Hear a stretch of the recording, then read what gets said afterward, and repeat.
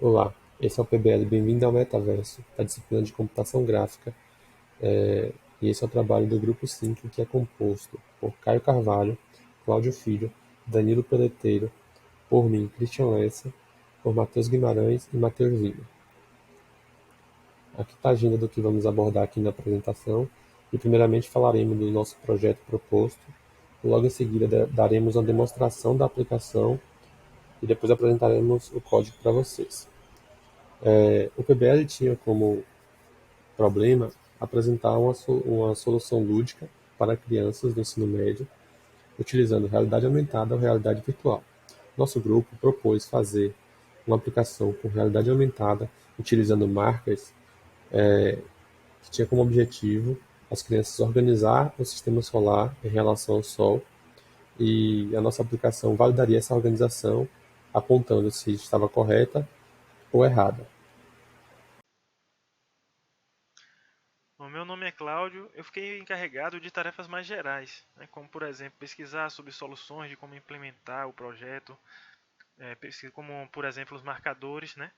Fiz pesquisas também sobre os planetas, sobre o Sol, solucionei alguns bugs também de código e tive a ideia de criar também uma página de menu para o jogo. A página é essa daqui, ó, essa Index Project. Eu vou clicar aqui na página, aí que como vocês podem ver, eu tenho aqui as informações. Coloquei essa frase de efeito aqui, que alguns disseram que não tinha muito a ver com, com o trabalho, mas eu achei bom deixar, né? É uma frase bonita. Aqui também, como vocês podem ver, aqui é o que deve ser feito no jogo, né? As instruções. Coloquei também, a nível de curiosidade, aqui, as informações em relação ao diâmetro dos corpos celestes, porque como a gente não pôde colocar os corpos em escala, aí eu deixei aqui, né? A nível de curiosidade. E aqui o tutorialzinho do jogo, é, descrito, né, os botões, o que cada botão faz, tal. E aqui o botão de jogar, que clicando aqui a pessoa é redirecionada para a aplicação. Aqui nós podemos ver, deixa eu fechar aqui, aqui o código aqui, ó. Aqui o código, tal, cabeçalho, corpo, tudo aqui, é o código HTML e tem o CSS também. Tá tudo aqui.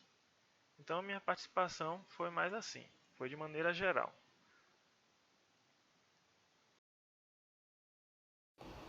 Iremos demonstrar o funcionamento do programa em duas situações. Primeiramente, quando a ordenação está certa. Você pode perceber que os planetas ficam em sua posição e logo após eles vão orbitar o Sol.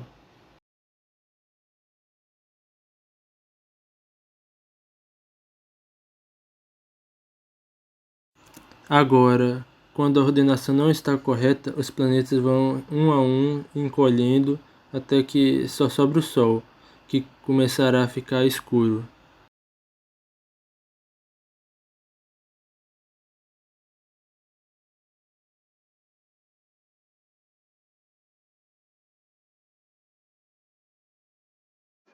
Essa aqui é a função que é utilizada para criar os marcadores e adicioná-los à cena, associando o marcador a cada planeta.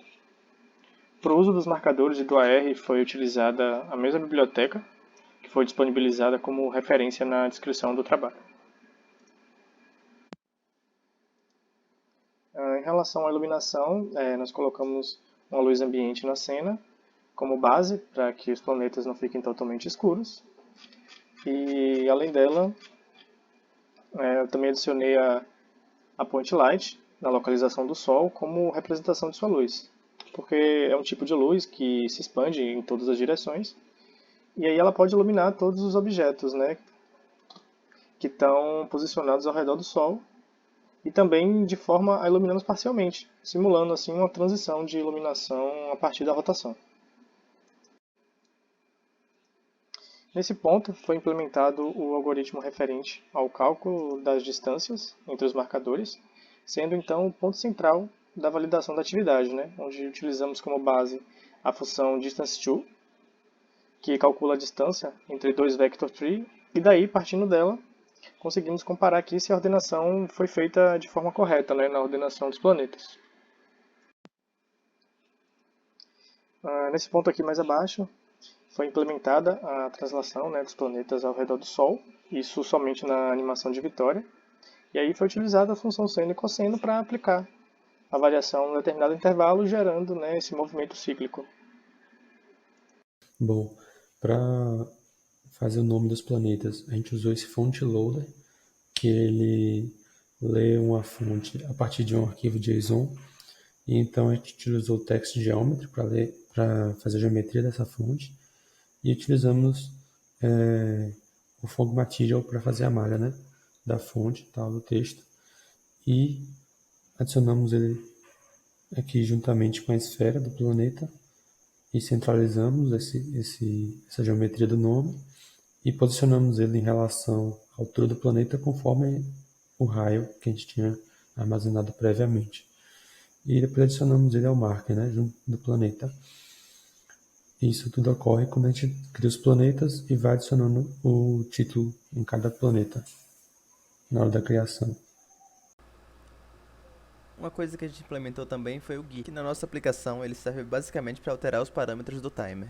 Então, além de mostrar o contador, ele pode definir um tempo em segundos para ser usado no contador, iniciar o jogo, terminar o jogo, reiniciar o contador ou reiniciar o jogo. No código, depois de instanciado o objeto do GUI, ele recebe os parâmetros, que são as funções. A função de iniciar o jogo calcula o tempo de segundos para minutos e segundos e inicia o contador. A função de finalizar o jogo para o contador e calcula a distância entre os planetas. E a partir daí é possível decidir se o usuário completou o jogo com sucesso ou não. Tem a função de resetar o timer, que para o contador, calcula o tempo de novo e reinicia ele. A função de reiniciar o jogo, que simplesmente reinicia a página. E a função de alterar o tempo em segundos, que ele pega o parâmetro em segundos que o usuário insere e passa para o contador. Então, sobre o GUI é isso. Bom, eu vou falar sobre a textura dinâmica do Sol e sobre as animações de derrota e vitória. Então, basicamente, na textura dinâmica a gente tem o Shader Material e a gente tem esse objeto uniformes que a gente pode colocar algumas propriedades que vão ser atualizadas no método update. E essas propriedades elas vão alterar as funções lá do script que são carregadas aqui no Vertex Shader e no Fragmented Shader. Então aqui a gente tem um script para o Vertex Shader que vai controlar as novas posições da textura e vai fazer o efeito ondulado baseado nesse cálculo aqui que recebe aquelas variáveis.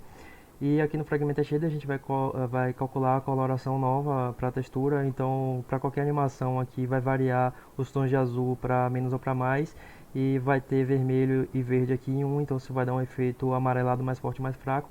E em caso de animação de derrota, esse Dead Sun Color vai tender a 1 e isso aqui vai tender a uma coloração azulada. E aqui na função update a gente tem uma propriedade finish que vai controlar a verificação.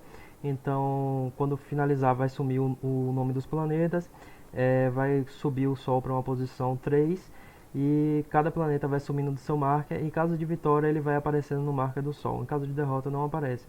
E aqui, por fim, em caso de derrota, ele vai calcular esse método aqui, que vai variar aquela propriedade de tempo para gerar um efeito de colapso, e também vai variar o Dead Sun Color para gerar a coloração azul, e vai remover aqui um sprite de cor, e o outro sprite mais próximo vai ficar com coloração azulada. Então, basicamente...